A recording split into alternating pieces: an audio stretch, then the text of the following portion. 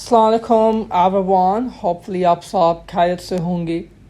आज हम बात करने जा रहे हैं फर्स्ट ऑडिटर, सब्सिक्वेंट ऑडिटर और कैजुअल वैकेंसी के बारे में in relation to companies law 2017।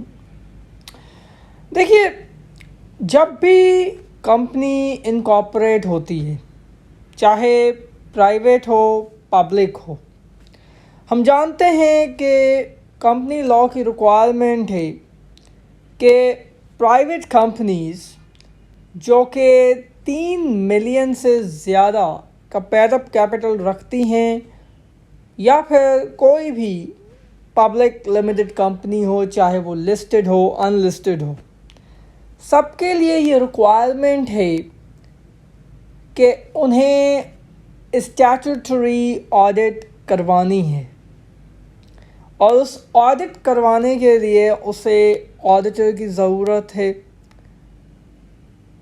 जब कंपनी न्यूली इनकॉर्पोरेट होती है तो जो पहला ऑडिटर कंपनी ने अपॉइंट करना होता है उसे हम फर्स्ट ऑडिटर कहते हैं। फिर फर्स्ट ऑडिटर के बाद जो भी ऑडिटर ऑडिट करेगा उसे हम सब्सिक्वेंट ऑडिटर कहते हैं। और कैजुअल वैकेंसी सिंपली एक ऑडिटर की वैकेंसी है, यानी कि जब कोई ऑडिटर मर जाए या फिर डिस्क्वालीफाई हो जाए तो ऑब्वियसली बात है कि हमें किसी और को एज एन ऑडिटर अपॉइंट करना होगा, राइट। इनके मामलात कंपनी लॉ के मुताबिक क्या हैं, कौन इनकी रिम्यूनरेशन सेट करता है, कौन इनको अपॉइंट करता है, कितना इनका टेन्योर होता है, यही सब हम जानने वाले हैं। सबसे पहले फर्स्ट ऑडिटर की बात करते हैं। फर्स्ट ऑडिटर को अपॉइंट करने वाले कोई और नहीं बल्कि बोर्ड ऑफ डायरेक्टर्स होते हैं। लॉ की रिक्वायरमेंट है कि board of directors with in 90 days of incorporation of the company उन्हें ऑडिटर को अपॉइंट करना है। देखिए, एक सर्टिफिकेट होता है इनकॉर्पोरेशन ऑफ अ कंपनी। जब कोई कंपनी इनकॉर्पोरेट होती है तो उससे ये सर्टिफिकेट मिलता है, और जब ये सर्टिफिकेट कंपनी को इशू हो जाए, मिल जाए, उसके बाद 90 डेज़ के अंदर आपने फर्स्ट ऑडिटर को अपॉइंट करना है, राइट। लेकिन अगर आप नहीं कर पाए अपॉइंट ऑडिटर को विद इन दिस 90 डेज, तो फिर SECP ने खुद से अपॉइंट करना है ऑडिटर को, राइट। अब फर्स्ट ऑडिटर का टेन्योर क्या होता है? जिस दिन से वो अपॉइंट हुआ है उस दिन से लेकर पहली AGM तक, यानी कि फर्स्ट एनुअल जर्नल मीटिंग तक उसका टेन्योर रहेगा। जैसे ही first annual general meeting end होगी, वैसे ही जो फर्स्ट ऑडिटर है वो रिटायर होगा, उसका टेन्योर ख़त्म हो जाएगा, राइट। और रिम्यूनरेशन कौन सेट करेगा? रिम्यूनरेशन का मतलब सैलरी, वो भी बोर्ड ऑफ डायरेक्टर्स सेट करेंगे। एक रूल ऑफ थंब है जो आप याद कर लें रिम्यूनरेशन के लिए, वो ये है कि जो बंदा ऑडिटर को अपॉइंट करेगा, चाहे वो SECP हो, चाहे वो शेयर होल्डर्स हों, चाहे वो डायरेक्टर्स हों, जो बंदा ऑडिटर को अपॉइंट करेगा वही उसकी सैलरी रिम्यूनरेशन को भी डिसाइड करेगा, राइट। अब बंदा आ तो गया, आपने अपॉइंट कर लिया, लेकिन अब उसको रिमूव भी कर सकते हो। ऐसा मुमकिन तो नहीं कि आपने उसका पूरा का पूरा टेन्योर एंड करवाना है। अगर आपको उसको रिमूव करना है, बंदा आपको लग रहा है कि वो इतना काबिल नहीं है, हमने रख तो लिया, तो आप उसको रिमूव कर सकते हो। और अगर आप रिमूव करेंगे तो उसके बाद फिर ये रिस्पॉन्सिबिलिटी सिर्फ डायरेक्टर्स की नहीं है कि वो अपॉइंट करें, बल्कि यहाँ पर एससीसीपी की इन्वॉल्वमेंट भी आ जाती है। आपने पहले अप्रूवल एससीसीपी का लेना है, फिर ही जाके आप न्यू ऑडिटर को अपॉइंट कर सकते हो।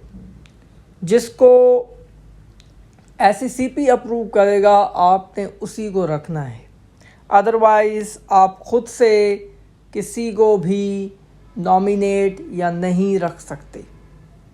ठीक है, you need an approval of SCCP prior to the appointment of a new auditor in case of removal during the tenure, right? अब हम बात करते हैं सब्सिक्वेंट ऑडिटर की, यानी कि फर्स्ट ऑडिटर का टेन्योर एजीएम तक ख़त्म हो गया, पहली एजीएम हो गई। ये जो सब्सिक्वेंट ऑडिटर है, जो पहले ऑडिटर के बाद आना है, उसको अपॉइंट शेयर होल्डर्स करते हैं, जिन्हें हम मेंबर्स भी कहते हैं। कैसे अपॉइंट करेंगे? वोटिंग के थ्रू। कहाँ अपॉइंट करेंगे? पहली एजीएम में। हमेशा याद रखें कि जो ऑडिटर है वो इलेक्ट होता है इन एनुअल जर्नल मीटिंग्स। पहली ऑडिटर को छोड़ के बाकी जितने भी ऑब्वियसली ऑडिटर्स आएंगे सब्सिक्वेंट ऑडिटर्स, उनको अपॉइंट एजीएम के थ्रू किया जाएगा, थ्रू शेयर होल्डर्स वोटिंग।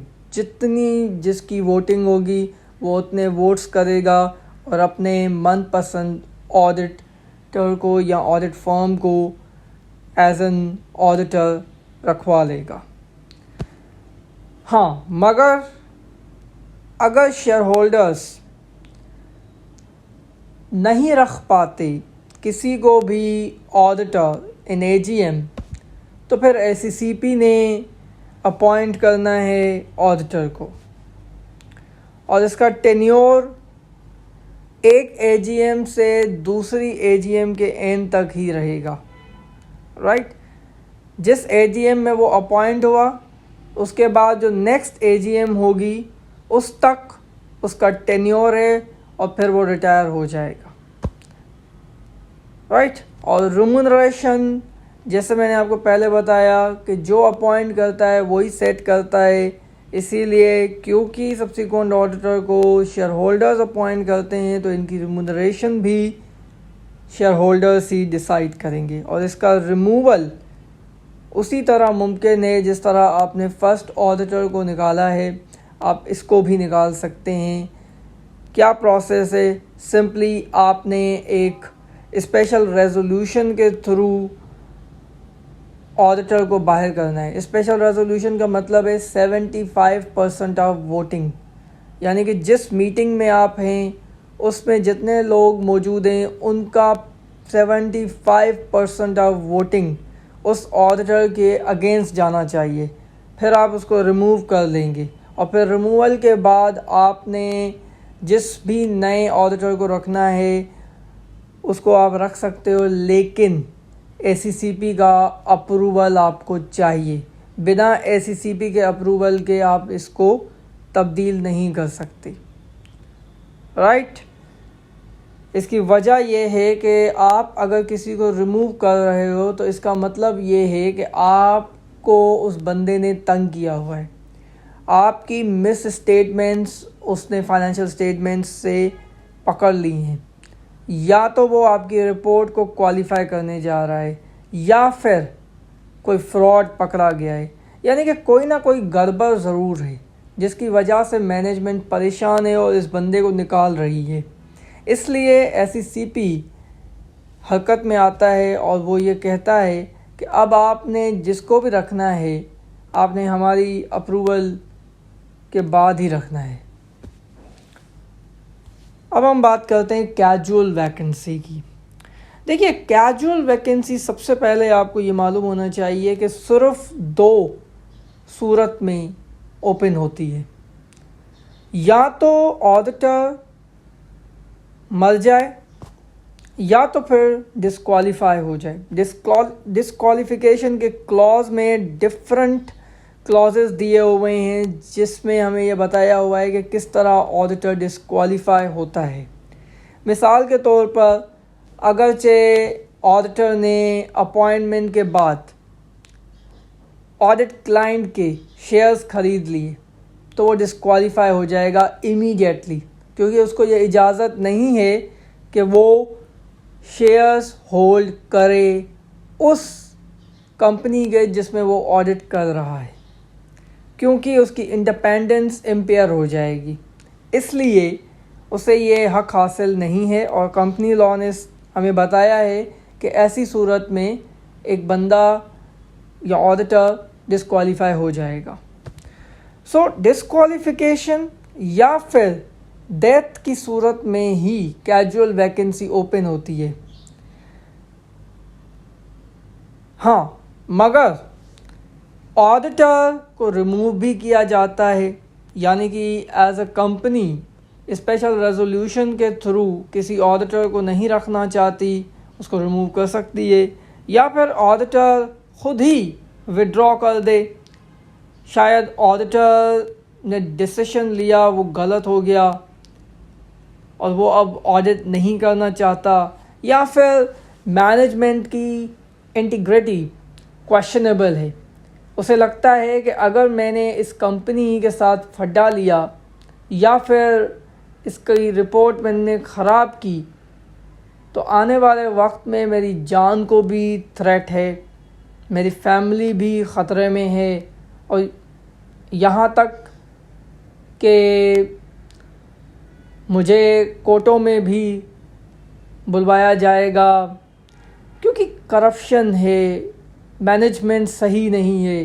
तो ऐसी सूरत में जो ऑडिटर है वो बेहतर समझता है कि मैं विड्रॉ कर दूं,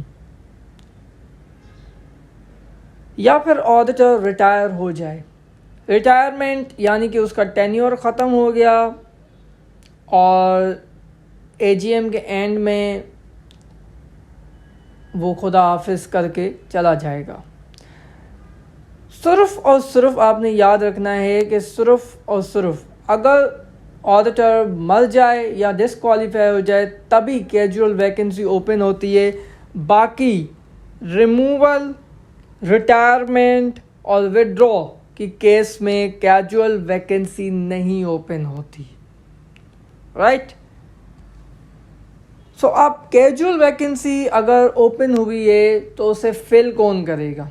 ये जिम्मेदारी बोर्ड ऑफ डायरेक्टर्स की है कि board of directors with in 30 days वो न्यू ऑडिटर को अपॉइंट करे। यानी कि अगर कोई बंदा डिस्क्वालीफाई हो गया या फिर किसी की डेथ हो गई तो अब ये ज़िम्मेदारी बोर्ड ऑफ डायरेक्टर्स की है कि वो 30 दिन के अंदर किसी न्यू ऑडिटर को अपॉइंट करे। अगरचे वो नहीं अपॉइंट कर पाते, कैजुअल वैकेंसी को फिल नहीं कर पाते, तो फिर एसीसीपी ने फिल करना है। टेन्योर जिस दिन से वैकेंसी को फिल किया जाएगा उस दिन से लेकर नेक्स्ट एजीएम तक उसका टेन्योर रहेगा। रिटायर वो एजीएम में ही होगा, चाहे वो 2 दिन पहले ही क्यों ना एजीएम के आया हो, लेकिन वो जैसे ही एजीएम होगी नेक्स्ट उसमें वो रिटायर हो जाएगा और उसका टेन्योर उसी वक्त से स्टार्ट होगा जिस दिन से उसको अपॉइंट किया जाएगा। और रिम्यूनरेशन जैसे मैंने आपको बताया कि बोर्ड ऑफ डायरेक्टर्स अपॉइंट कर रहे हैं तो रिम्यूनरेशन भी डिसाइड बोर्ड ऑफ डायरेक्टर्स करेंगे।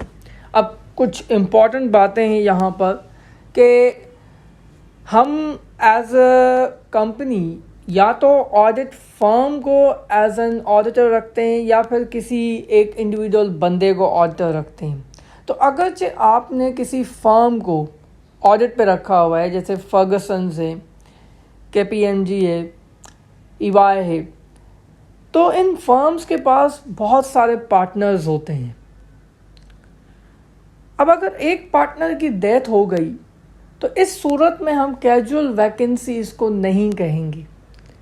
होगा क्या कि वो फर्म जिसको आपने ऑडिट पे रखा है वो किसी और पार्टनर को आपकी तरफ भिजवा देगी, और इसके लिए ये ज़रूरी नहीं कि आपने खुद से जो है वो किसी और को अपॉइंट करना है। आपने फर्म को अपॉइंट किया था, फर्म के पास बहुत सारे पार्टनर्स हैं, अगर एक मर भी गया तो वो दूसरे को भिजवा कर काम पूरा करेंगे।